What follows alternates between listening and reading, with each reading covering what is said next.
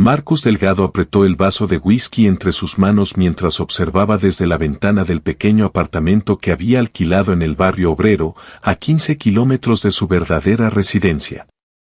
La noche caía sobre la ciudad y las luces de su mansión brillaban a lo lejos como un faro que le recordaba todo lo que había construido durante 20 años de trabajo incansable.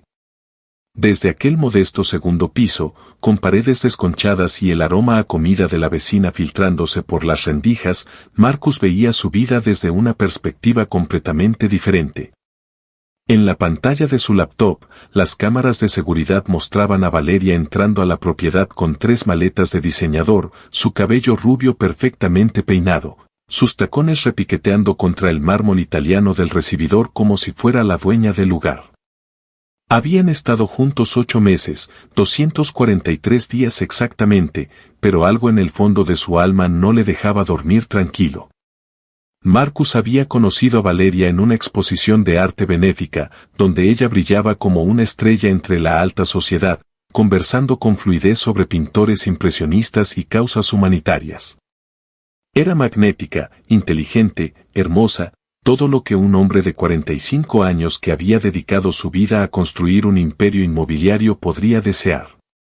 Pero existían señales, pequeñas inconsistencias que Marcus, con su mente analítica de empresario, no podía ignorar por más que intentara convencerse de que el amor verdadero existía para alguien como él. Cada vez que mencionaba de manera casual algún problema financiero ficticio, algo que había empezado a hacer 3 meses atrás como un experimento inocente, Valeria cambiaba de tema con la sutileza de quien no quiere parecer interesada en el dinero. Cuando fingió haber perdido un contrato importante que supuestamente le costaría $2 millones, ella apenas mostró interés genuino, no preguntó cómo se sentía, no ofreció apoyo emocional, simplemente comentó algo sobre ir a cenar a su restaurante favorito como si nada hubiera pasado. Marcus había construido su fortuna siendo observador, leyendo entre líneas, detectando oportunidades donde otros veían obstáculos, y esas mismas habilidades ahora le gritaban que algo no estaba bien en la mujer que supuestamente lo amaba. Necesitaba saber la verdad antes de dar el siguiente paso, antes de abrir el cajón de su escritorio donde guardaba el anillo de compromiso de diamantes que había pertenecido a su abuela. Antes de arrodillarse y entregarle no solo su apellido sino acceso completo a todo lo que había logrado. Por eso diseñó esta prueba elaborada, este teatro donde él mismo sería el actor principal disfrazado de hombre común. Le había dicho a Valeria que debía viajar a Dubái por negocios urgentes durante 2 semanas, una mentira necesaria que ella aceptó con demasiada facilidad, casi con alivio en sus ojos verdes. Para hacer la situación más compleja y realista, Marcus decidió que su sobrino Tomás, un niño de 6 años con grandes ojos curiosos y risa contagiosa, se quedaría en la mansión durante ese tiempo mientras su hermana resolvía un asunto legal en otra ciudad. Contratar a Isabel como niñera había sido sugerencia de su ama de llaves de toda la vida, doña Carmen, quien conocía a la mujer de la parroquia. Isabel tenía 40 años, rostro sereno marcado por experiencias que Marcus solo podía imaginar, ojos color miel que transmitían una tristeza antigua pero también una fortaleza inquebrantable. Vestía con sencillez, un suéter tejido y pantalones cómodos, llevaba el cabello castaño recogido en una coleta práctica, y cuando Marcus la entrevistó antes de iniciar su plan, notó que sus manos temblaban ligeramente. El nerviosismo de quien necesita desesperadamente el trabajo pero mantiene su dignidad intacta.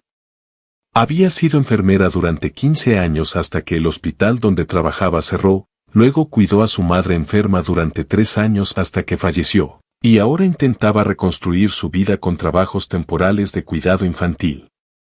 Algo en su mirada honesta convenció a Marcus de que era la persona indicada, aunque no imaginaba hasta qué punto esa decisión cambiaría absolutamente todo. El primer día transcurrió con una normalidad tensa que Marcus observaba desde las pantallas como si fuera una serie de suspenso. Valeria apenas le dirigió la palabra a Isabel, la trató con esa cortesía fría y distante que las personas adineradas a veces reservan para quienes consideran inferiores. Isabel no se inmutó, simplemente se dedicó a Tomás con una atención maternal que incluso a través de las cámaras se sentía genuina y cálida. Le preparó galletas caseras, jugó con él en el jardín, le leyó cuentos antes de dormir con voces divertidas que hacían reír al niño. Marcus sintió una punzada extraña en el pecho al observar esa ternura natural, recordándole algo que había perdido en su mundo de contratos y negociaciones donde la confianza era una moneda cada vez más escasa. Al segundo día, Marcus ejecutó la siguiente fase de su plan. Usando documentos falsos que un amigo detective le ayudó a conseguir, se presentó en su propia propiedad solicitando trabajo como jardinero temporal. Llevaba gorra de béisbol, lentes oscuras, ropa de trabajo desgastada y había dejado crecer su barba durante semanas específicamente para esta transformación. El supervisor de mantenimiento, quien estaba en el secreto, lo contrató frente a las cámaras para darle acceso legítimo a los terrenos. Desde ese momento, Marcus Delgado el millonario desapareció y en su lugar quedó Miguel, un jardinero callado que podaba rosales y observaba todo con atención obsesiva. Durante los primeros 2 días como jardinero, Marcus notó cosas que las cámaras de seguridad no captaban completamente. Valeria hablaba constantemente por teléfono en voz baja, salía al balcón para tener conversaciones privadas, su lenguaje corporal revelaba una conspiración que aún no terminaba de revelarse. Isabel, por su parte, era como un oasis de normalidad en medio de la tensión.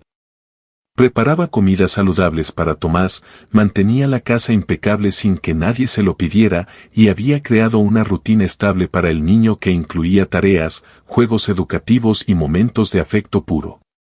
Marcus se sorprendió sintiendo envidia de su propio sobrino, de esa atención incondicional que Isabel ofrecía sin esperar nada a cambio. Al tercer día, todo cambió.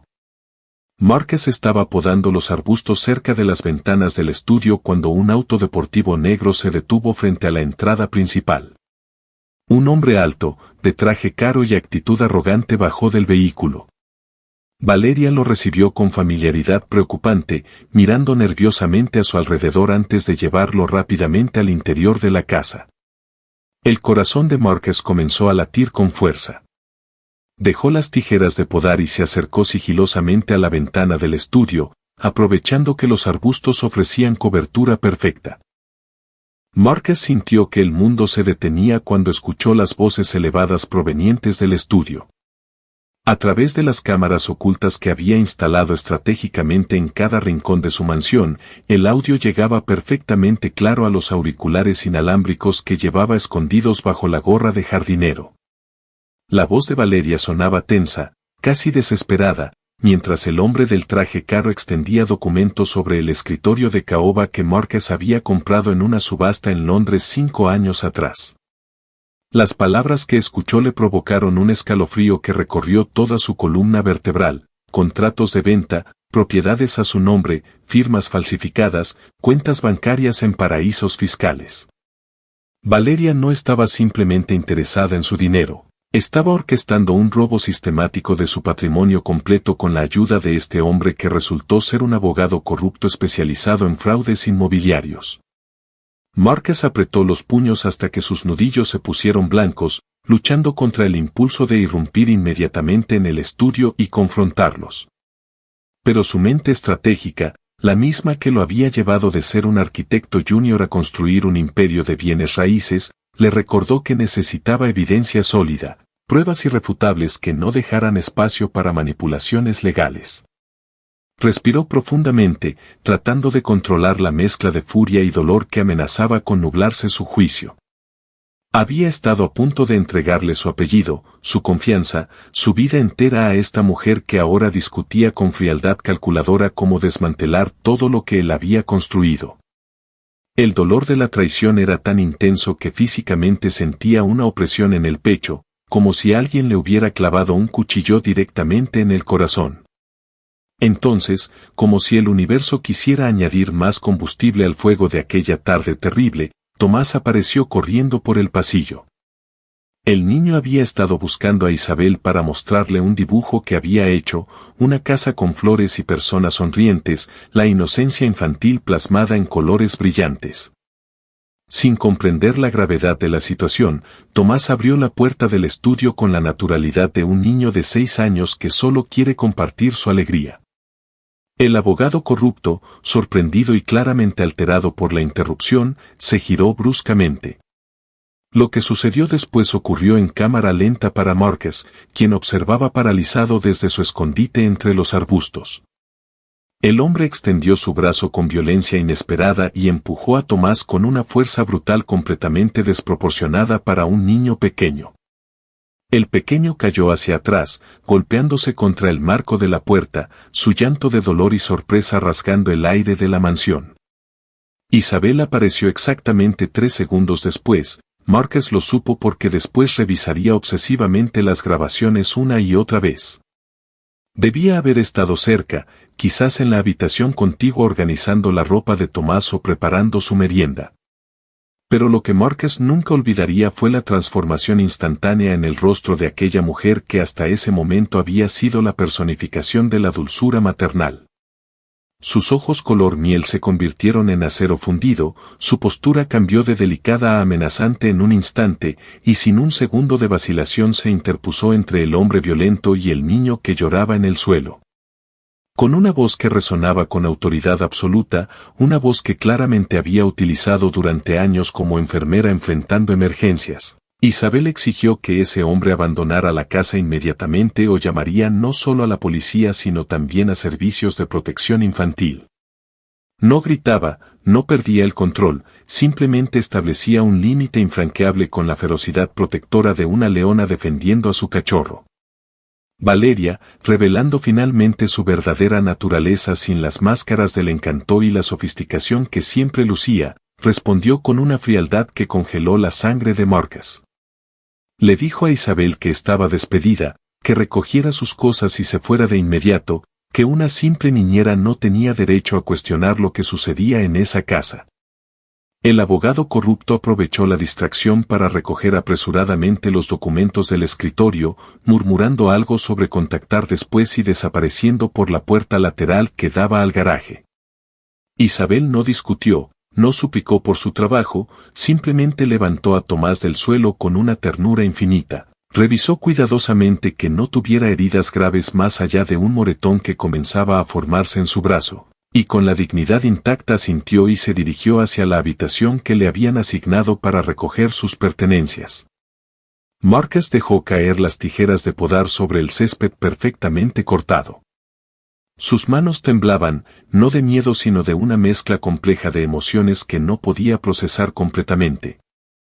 Acababa de presenciar la confirmación de sus peores sospechas sobre Valeria, pero simultáneamente había sido testigo de algo extraordinario en Isabel, una valentía y bondad genuinas que en su mundo de transacciones comerciales y relaciones superficiales había olvidado que existían. Tomó una decisión instantánea, guiada por un instinto que rara vez le fallaba en los negocios y que ahora le gritaba que actuara inmediatamente. Dejó su escondite y entró por la puerta trasera de la cocina, la misma que usaba el personal de servicio, caminando con pasos decididos hacia donde sabía que encontraría a Isabel. La encontró en el pequeño cuarto que daba al jardín trasero, guardando sus escasas pertenencias en una mochila desgastada mientras Tomás se aferraba a su pierna sollozando, suplicándole que no se fuera, diciéndole entre lágrimas que ella era su persona favorita en todo el mundo. La escena era desgarradora en su simplicidad. Isabel trataba de consolar al niño mientras sus propias lágrimas silenciosas rodaban por sus mejillas, explicándole con voz quebrada que a veces las personas tienen que irse incluso cuando no quieren, que él era un niño maravilloso y especial, que nunca olvidara lo valiente y bueno que era. Marcus carraspeó desde la puerta, todavía vestido con su disfraz de jardinero, y ambos se giraron sobresaltados. Sin revelar aún su verdadera identidad, manteniendo la voz ligeramente modificada que había estado usando como Miguel, Marcus le preguntó qué había sucedido exactamente. Isabel lo miró con esos ojos color miel ahora enrojecidos por las lágrimas, y algo en la compasión que vio en el rostro de este jardinero desconocido la hizo hablar. Le contó todo, cada detalle de la violencia contra Tomás, la presencia del hombre extraño, los documentos que había alcanzado a ver sobre el escritorio antes de que los escondieran. Mencionó que algo en esos papeles le había parecido profundamente sospechoso, que durante sus años como enfermera había aprendido a reconocer situaciones peligrosas, y que su instinto le gritaba que el señor Delgado estaba siendo víctima de algo terrible. Había tomado fotografías discretas con su teléfono, no para beneficio propio sino porque sentía la obligación moral de proteger al hombre que había confiado en ella para cuidar a su sobrino, incluso si eso significaba perder su trabajo. Con manos temblorosas, Isabel le mostró las fotografías en la pantalla rayada de su teléfono antiguo. Marcus se inclinó para ver mejor, su corazón latiendo tan fuerte que estaba seguro de que ella podría escucharlo. Allí estaban, capturadas con la claridad suficiente para ser usadas como evidencia, contratos fraudulentos de venta de propiedades valoradas en millones de dólares, documentos con su firma falsificada tan expertamente que incluso él tuvo que mirar 2 veces, transferencias bancarias programadas hacia cuentas que nunca había autorizado. Isabel había documentado sin saberlo la prueba completa de una conspiración que lo habría dejado en la ruina financiera y legal. Esta mujer, que había sido despedida injustamente, que no tenía razón alguna para proteger los intereses de un empleador al que apenas conocía, había arriesgado su propia seguridad para hacer lo correcto. Marcus sintió que algo fundamental se quebraba y se reconstruía dentro de él en ese preciso momento. Toda su vida había estado rodeado de personas que querían algo de él, su dinero, sus conexiones, su influencia. Había construido muros altos alrededor de su corazón, convencido de que la verdadera bondad desinteresada era un mito romántico que no existía en el mundo real de los negocios y el poder. Pero esta mujer frente a él, con su suéter tejido y sus manos ásperas de tanto trabajo, acababa de demostrarle que estaba completamente equivocado.